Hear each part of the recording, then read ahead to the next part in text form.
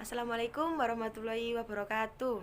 Nah, kembali lagi dengan saya Bu Yayu dengan pembelajaran bahasa Indonesia kelas 10.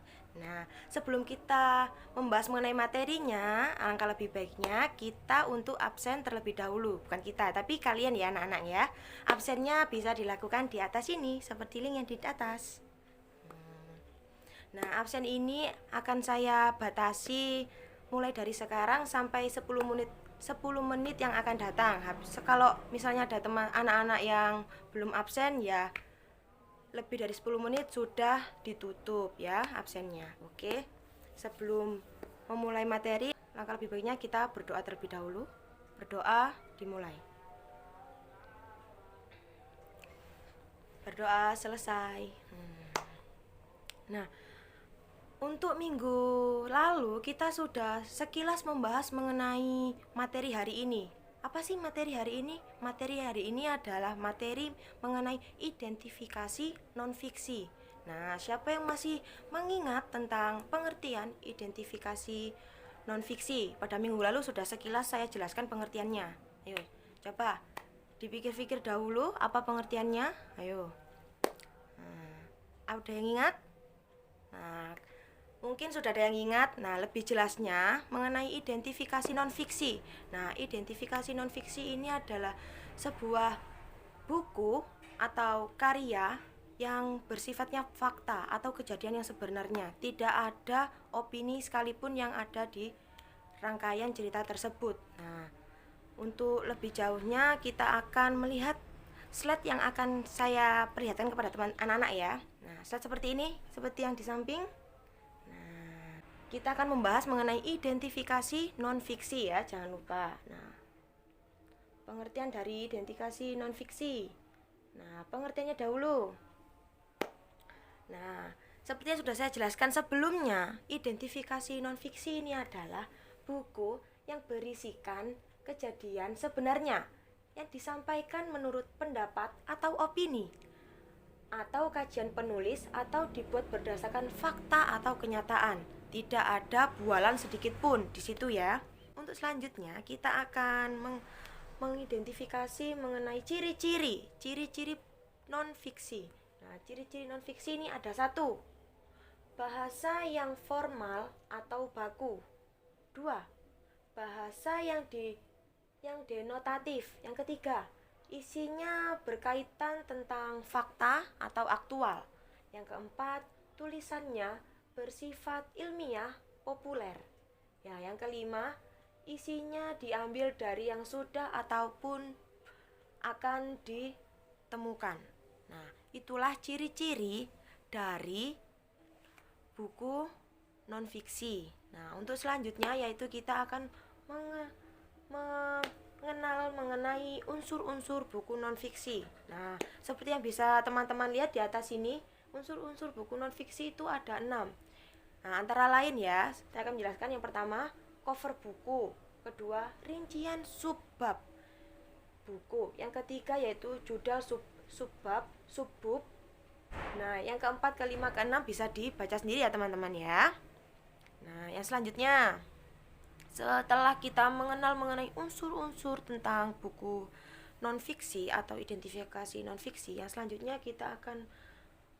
saya akan memberikan contoh kepada anak-anak mengenai contoh buku non-fiksi. Nah, contoh buku non-fiksi ini anak-anak ya dibaca. Pertama, buku pelajaran, buku ensiklopedia, buku esai, jurnal, dan dokumenter, dan lain-lain.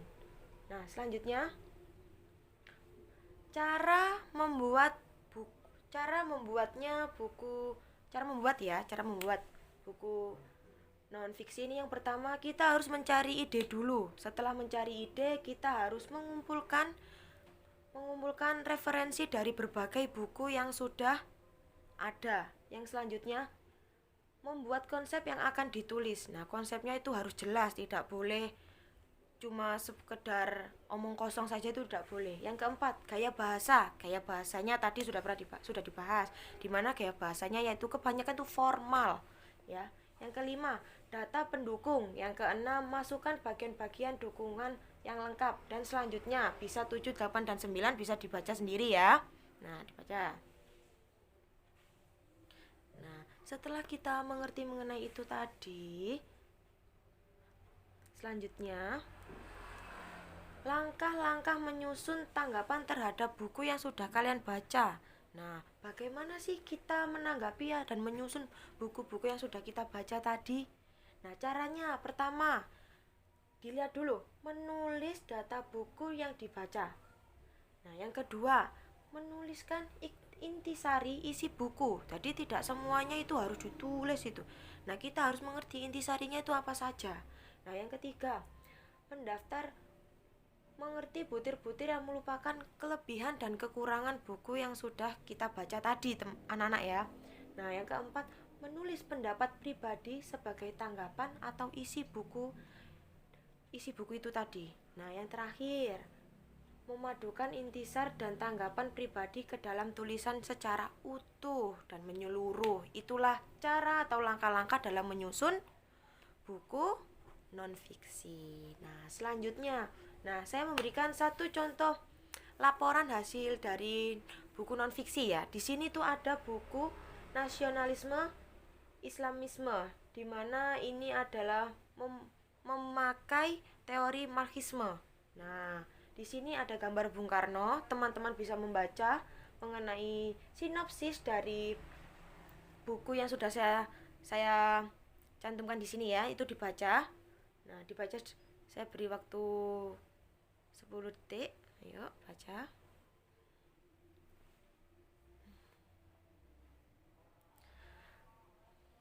Ya, sekilas dibaca bisa. Nah, untuk selanjutnya adalah saya akan membahas mengenai unsur intrinsik dalam buku non fiksi, di mana unsur intrinsik ini adalah adanya tema, alur, tokoh, penokohan, latar, gaya bahasa, dan sudut pandang dan amanat. Itulah unsur intrinsiknya. Apabila unsur ekstrinsiknya itu adalah ada biografi, sosial, dan unsur nilai-nilainya. Nah, itu butir-butir dalam buku non-fiksi itu ada, berarti ada unsur intrinsik dan ada unsur ekstrinsik. Nah, itu tadi. Selanjutnya, untuk saat ini, apakah yang sudah saya jelaskan ini anak-anak dapat mengerti atau tidak? Apabila memang kurang mengerti, alangkah lebih baiknya anak-anak bisa bertanya melalui kolom komentar yang ada di sini ya, yang ada di bawah. Nah, di kolom komentar di YouTube, apabila memang anak-anak sudah mengerti, saya akan memberi beberapa tes mengenai yang ada hubungannya dengan pembelajaran hari ini, yaitu non-fiksi. Nah, di sini saya akan membagikan ke teman-teman link di mana ini sebuah link belajar sambil bermain, di mana nama permainan ini adalah Propops. Ya, maaf kalau memang salah, tapi dapat teman-teman lihat di atas ini, seperti di atas ini adalah linknya dan nama aplikasinya ya. Teman-teman gak usah download aplikasinya, akan tetapi langsung saja masuk ke link lalu mengerjakan soal-soal. Itu sebuah TTS, jadi teman-teman tidak bosan dalam menggarapnya, dalam pengerjaannya. Nah, teman-teman mengerjakannya dengan teliti. Sebelum mengerjakan soal, teman-teman harus memasukkan akun email dan jangan lupa sandinya diingat-ingat. Setelah itu kalian dapat mengerjakan soal itu. Soalnya berupa TTS kok, nggak susah, insya Allah teman-teman bisa. Nah, setelah mengerjakan, teman-teman bisa langsung melihat nilainya teman-teman itu berapa, apakah semua soal itu teman-teman bisa mengerjakan atau tidak. Nah, nilainya itu langsung keluar di situ. Nah, dengan nilainya keluar di situ, kalian juga didapatkan sebuah sertifikat secara gratis, cuma-cuma, hanya dengan kalian masuk ke link, mengerjakan soal, melihat nilai, dan itu ada sertifikatnya juga. Teman-teman kan pasti senang kalau mendapatkan sertifikat ya. Nah, dengan adanya sertifikat itu, kalian juga harus mendownloadnya loh ya, nggak boleh tidak. Setelah di-download, kalian harus mengirimnya via Edmodo. Di Edmodo saja ya. Kalau Kalau sertifikatnya sudah di-download, kalian harus mengirimnya di Edmodo sebagai bukti kalian telah mengerjakan tes dari saya untuk hari ini. Nah, untuk selanjutnya, setelah memang teman-teman sudah mengerti tentang pembelajaran hari ini, saya ingin membagi kalian menjadi beberapa kelompok. Nah, satu kelompok itu berisi 2 orang, di mana 2 orang itu tadi mengerjakan, atau sebelum mengerjakan kalian harus mencari satu judul buku non fiksi. Terserah kalian, biografi. Selain biografi cuma sedikit kalau biografi, tapi pokoknya buku seperti, ya udah, temanya terserah kalian saja, enggak apa-apa. Pokoknya harus ditanda serui, diingat-ingat, diperhatikan, yaitu buku non fiksi, bukan buku yang lain, ya. Setelah itu kalian mengerjakan, setelah kalian menemukan judul buku, kalian memaparkan mengenai butir-butir penting dalam buku yang dicari tadi. Kalian harus mengerti butir-butir pentingnya itu apa saja, baik unsur intrinsiknya, dan unsur ekstrinsiknya. Seperti tadi ya, unsur intrinsik itu apa, unsur ekstrinsik itu seperti apa. Jangan lupa, itu harus diterapkan juga dalam pengerjaannya. Nah, apabila teman-teman sudah mengerjakan, nah teman-teman itu harus dipresentasikan. Dengan cara apa, Bu? Nah, caranya itu seperti ini. Sesudah kalian memaparkan, kalian harus membuat satu video dengan memaparkan itu secara langsung dengan video seperti ini ya. Nah, kalian harus memaparkan itu tadi seperti apa saja. Nah, setelah sudah selesai, kalian upload di Edmodo. Nah, videonya diupload di mana? Di Edmodo. Nah, kalau nggak tahu, masuk ke Edmodo itu seperti ini ya. Ini aplikasinya. Ini. Nah, kalau ini itu linknya dan kodenya ya, jangan lupa. Nah, seperti itu tugas kelompok kalian. Nah, apabila tugas kelompoknya sudah selesai, kalian harus mengomentari tugas kelompok dari kelompok lain. Nah, kalian harus komentarinya secara langsung, nggak boleh copy paste. Komentarinya harus di bawah komentar dari video tersebut, tidak boleh di lapak lain ya, harus secara langsung di video Edmodo juga ya. Nah, udah seperti itu tugas kelompok untuk hari ini dan tugas tesnya. Cukup sekian. Jadi kesimpulan yang kita dapat hari ini adalah di mana buku non fiksi adalah buku yang berisi tentang fakta-fakta yang aktual ya, tidak hanya mengada-ngada. Dan ini kejadian sebenarnya. Dan untuk contohnya yaitu seperti buku non fiksi itu contohnya seperti skripsi, artikel, biografi, dan lain-lain sebagainya. Nah, seperti itu kesimpulan untuk hari ini.